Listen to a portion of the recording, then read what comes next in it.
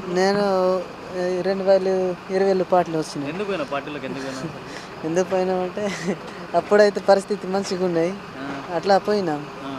మా పెద్దలు చెప్పిండ్రు రా అని చెప్పినాక హ్మ్. పోయినాం. హ్మ్. హ్మ్. ఏమైనా ఎన్‌కౌంటర్‌లో పాల్గొన్నారా మీరు? ఎన్‌కౌంటర్‌లో గాని?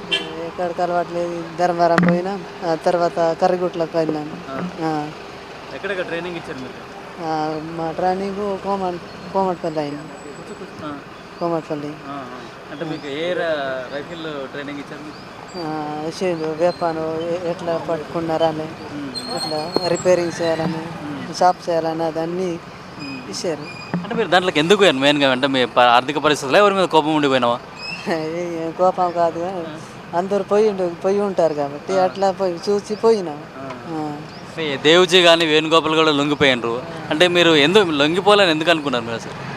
ఇదే వాళ్ళ పెద్దలు లొంగిపోయారు కాబట్టి అట్లా వచ్చినాం. ఆ! మనం ఉంటే ఏమో ఎట్లా చేస్తామని వచ్చినాం. ఎప్పుడైనా గణపతిని కలిసినావా?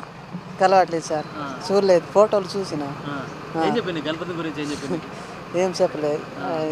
వాళ్ళు ఎక్కడున్నారో తెలియదు, ఫోటోలు చూసిన. ఆ! అంటే మీకక్కడ ఫుడ్ గాని ఎట్లా ఉంటుండే మీకు? మీరే వండుకుంటారా? బయట నుంచి వాళ్ళని తెస్తుండ్రా?